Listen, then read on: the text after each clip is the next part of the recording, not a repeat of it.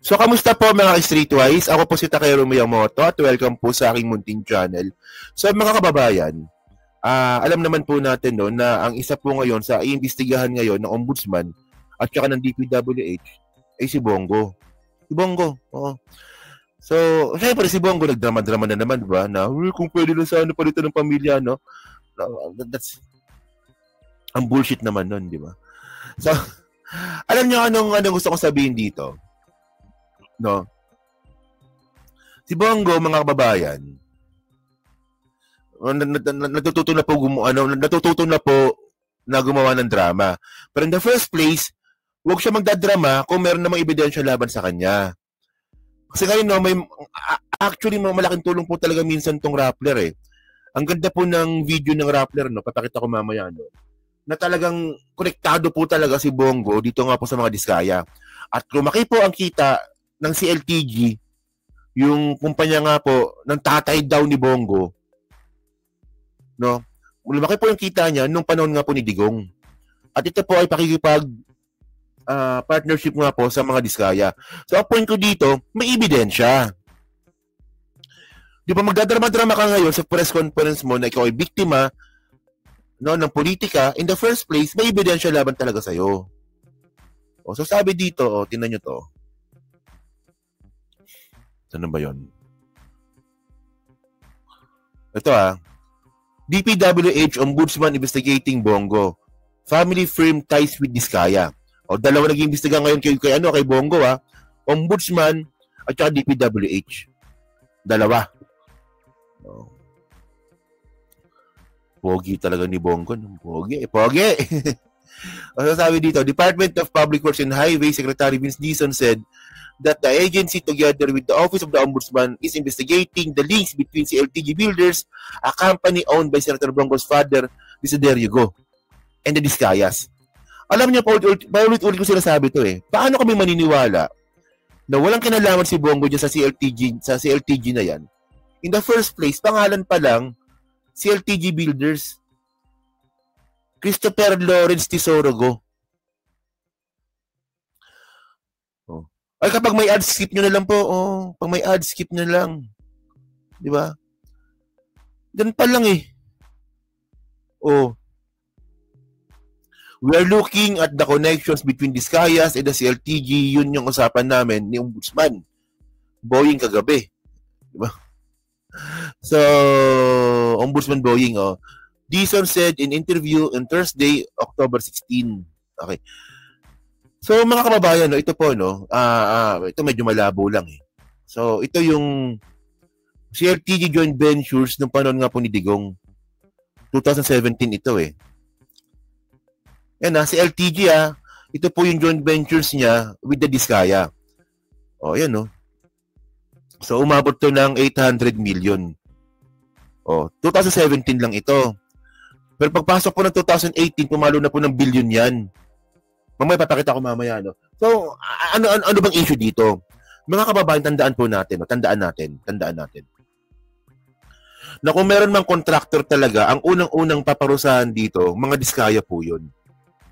Diba? In the first place, mga kababayan, humihingi po ng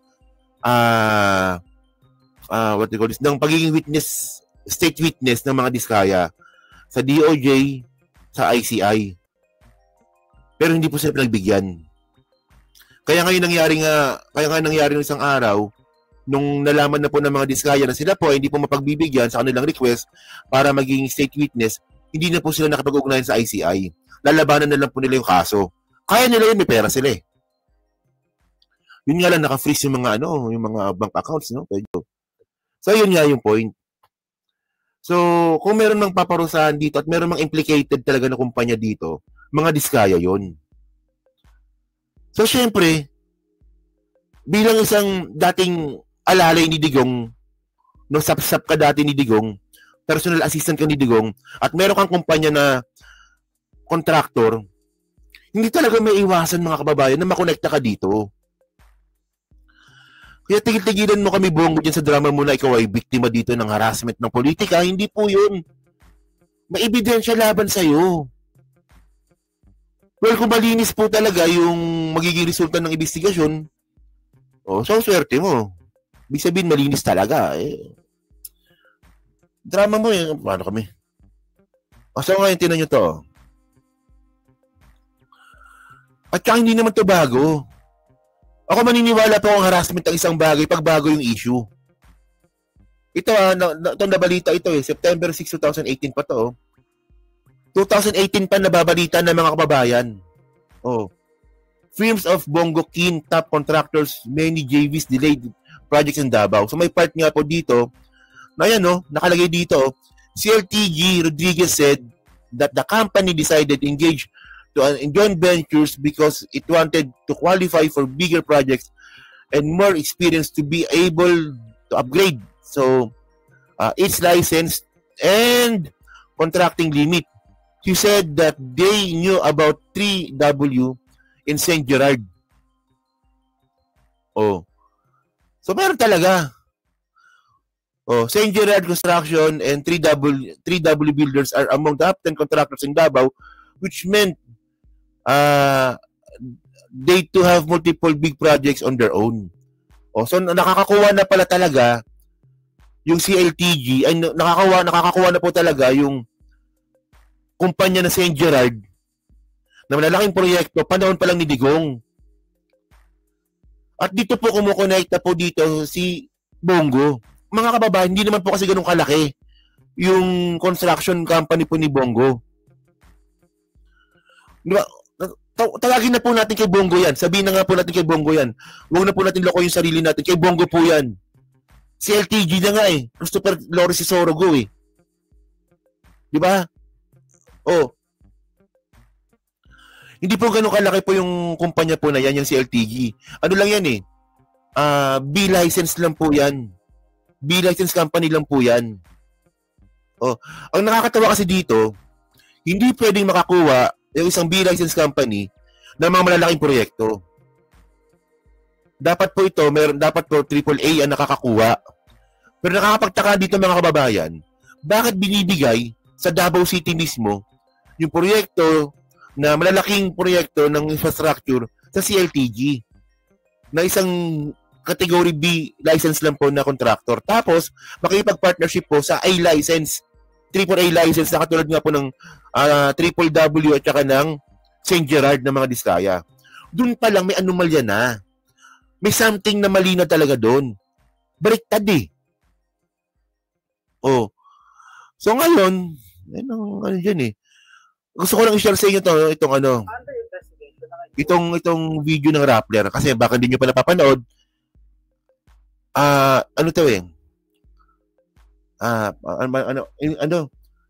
Investigative journalism ng Rappler. Na medyo napabilib ako dito Tingnan nyo to. Na ngayon ng DPWH at ng Ombudsman ang ties ng family firm. Ano ba ganyan? Hindi gumagalaw. Wait, yan. Ito pala. Yan. Kaya, in case baka makapalit tayo ng Rappler. Nakakapalit ba yung Rappler? Hindi ako sure Ayan. Dito, ganyan na lang siguro. Sige. Under investigation na ngayon ng DPWH at ng Ombudsman ang ties ng family firm ni Senator Bongo sa mga diskaya. In case you don't know, ang CLTG Builders na pag-aari ng tatay ni Senator Bongo na si Desiderio Go ay may mga joint venture projects with St. Gerard Construction na pag-aari ng mga diskaya. Today, umpisa na natin ang pag-iimbestiga sa CLTG Corporation at yung links nito sa Diskaya Company simula 2016. Recently, sinabi rin ni Ombudsman Boying Remulla na possibly may mga pinoprotektahang tao itong mag-asawang sina Curly at Sara Diskaya katulad ni Senator Bongo. By the way, yung pangalan ng firm ng tatay ni Senator Bongo na CLTG Builders ay nagmamatch sa initials ng pangalan ni Senator Go, Christopher Lawrence Tesoro Go. Di ba? Christopher Lawrence Tesoro Go. Pero hindi pa yan. It's getting better dito na sa part na to. Sige. Ano nga ba kalaki itong mga contracts na pinag-uusapan natin? Sa investigasyon na ginawa ko for Rappler nitong September lang, lumabas doon sa aming pag-aaral na itong St. Gerard Construction at CLTG Builders ay nag-enter into a joint venture program at nakakuha ng 5 contracts sa Davao Region ng 2017 amounting to 816 million pesos. Chinek ko rin ang history ng contracts ng CLTG Builders with the DPWH through the years. Lumabas sa computation namin na ang nakuhang contracts lang ng CLTG Builders in 2016 ay nasa around 352 million pesos lang. Maliit lang kasi na contractor itong CLTG Builders. Bukod sa mga proyekto na nakuha with St. Gerard Construction, marami pang kontrata ang nakuha ng CLTG Builders by 2017. Kaya sa end ng year na yon, over 3 billion pesos ang nakuhang kontrata. Kita nyo, di ba? From 300 million, naging 3 billion ng panahon ni Digong. Tapos sasabihin ni Bongo, wala akong kinalaman dyan. Hindi ako nag-backer dyan. Tingnan nyo ha, di ba? Ulitin natin yung part na yun. Sige. Ulitin natin para mag-gets natin yung pinupunto ko. Gerard Construction at CLTG Builders ay nag-enter into a joint venture program at nakakuha ng 5 contracts sa Davao Region ng 2017 amounting to 816 million pesos. Chinek ko rin ang history ng contracts ng CLTG Builders with the DPWH through the years. Lumabas sa computation namin na ang nakuhang contracts lang ng CLTG Builders in 2016 ay nasa around 2016 mga kababayan, 300 million lang po yung nakuhang kontrata ng CLTG. 2016. No, transition to ni Pinoy to Duterte. O, di ba? 352 million pesos lang. Maliit lang kasi na contractor itong CLTG Builders. Bukod sa mga proyekto na nakuha with St. Gerard Construction, marami pang kontrata ang nakuha ng CLTG Builders by 2017. Kaya sa end ng year na yon, over 3 billion pesos. 3 billion. 2016 mga kababayan, 300 million lang. Pagpalo ng 2017, 3 billion na. Tapos sasabihin ni Bongo, wala akong kinalaman dyan. Tangina mo pala. Sino niloko ni Bongo dito? Mga tangang TDS na kapwa niya? Kayo ba maniniwala ba kayo doon? Ano yun? Nagkataon? Ano yun? Nagkataon lang. No, nauna 300 million lang. Tapos naupo si Digong bilang presidente na ikaw ay assistant alalay, buntot aso, naging 3 billion, wala kang kinalaman doon? Come on naman, Bongo. Come on, Bongo. Niwala kayo doon? Wala kayo? Wala kayo doon? Ano yan talaga, loko-loko lang po maniniwala kay Bongo. Sabi ko nga mga kababayan nung pinapanood ko si Bongo, di ba nagpa-press conference? Sabi ko, convincing. Bongo, convincing. No, yun pala nadramahan lang pala ako. Napag-isip-isip ko, parang nadali ako sa drama. Di ba, kung maaari lang sana na palitan ko pamilya ko, gagawin ko. May mga ganun pa si Bongo Oh, ako mismo magpapakulong, ako mismo complainant. Kung may ginawang mali yung kumpanya ng pamilya ko.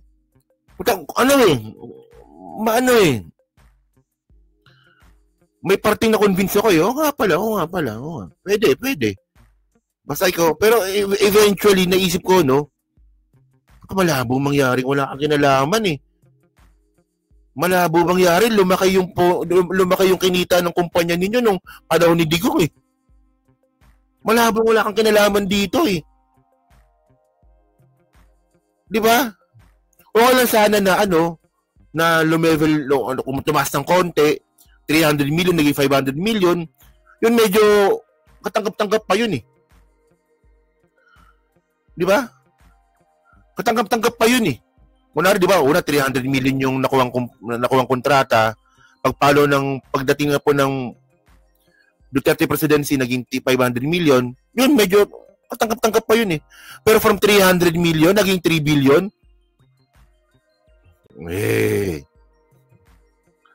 di ba? Oh. ang nakuhang kontrata ng firm ng tatay ni Senator Go. Ibig sabihin, sa loob lang po ng isang taon, unang taon ni former President Rodrigo Duterte at unang taon ni Senator Go bilang special assistant kay Duterte, tumalon ng 2.7 billion pesos ang kontrata ng firm ng tatay ni Senator Go. O, di ba?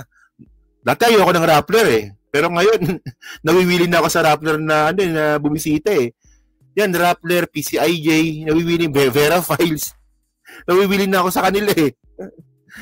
Di ba? Sa loob ng isang taon, napalaki mo yung kumpanya mo ng billion of pesos, wala kinalaman si Bongo.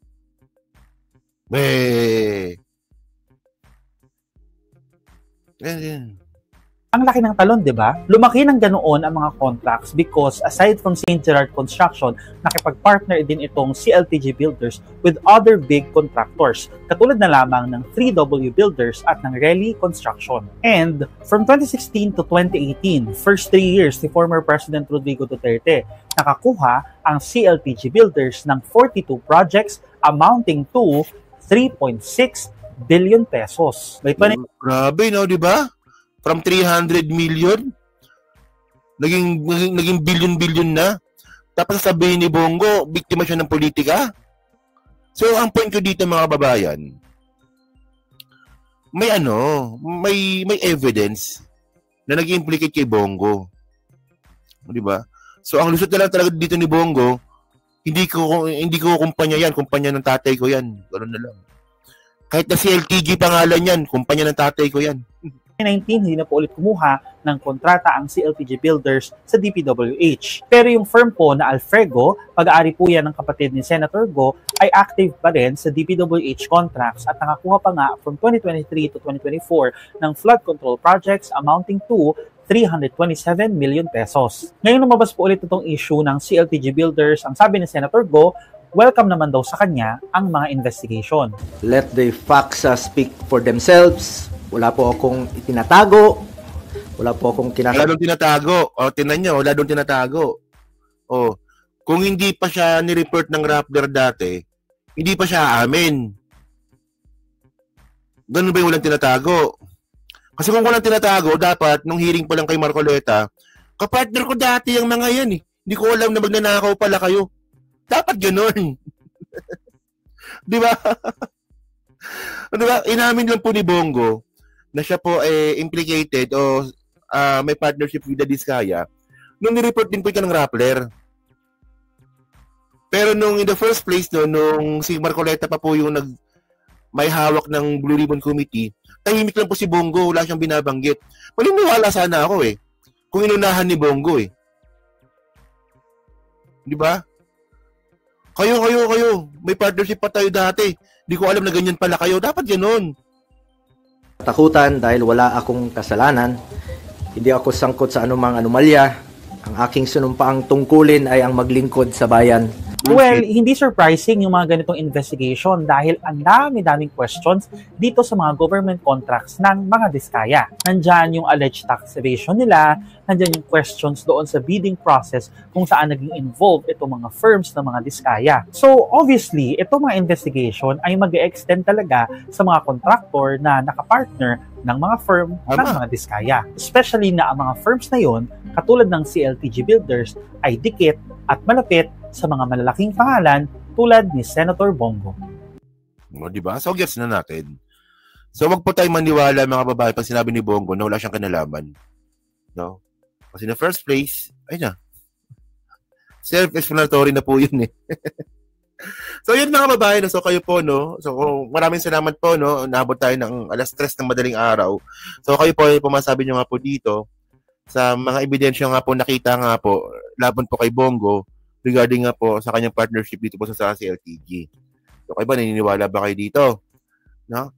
So, yan na. So, pa-comment lang po sa baba at binabasa ko pong lahat yan. At syempre, dyan po sa Team Replay, pa-like, pa-subscribe. Hindi na makalabisan, pa-share na rin po ng video po na to. Okay? Yan. So, thank you mga babae sa mga sumama po sa akin ng madaling araw. So, salamat po sa inyong lahat.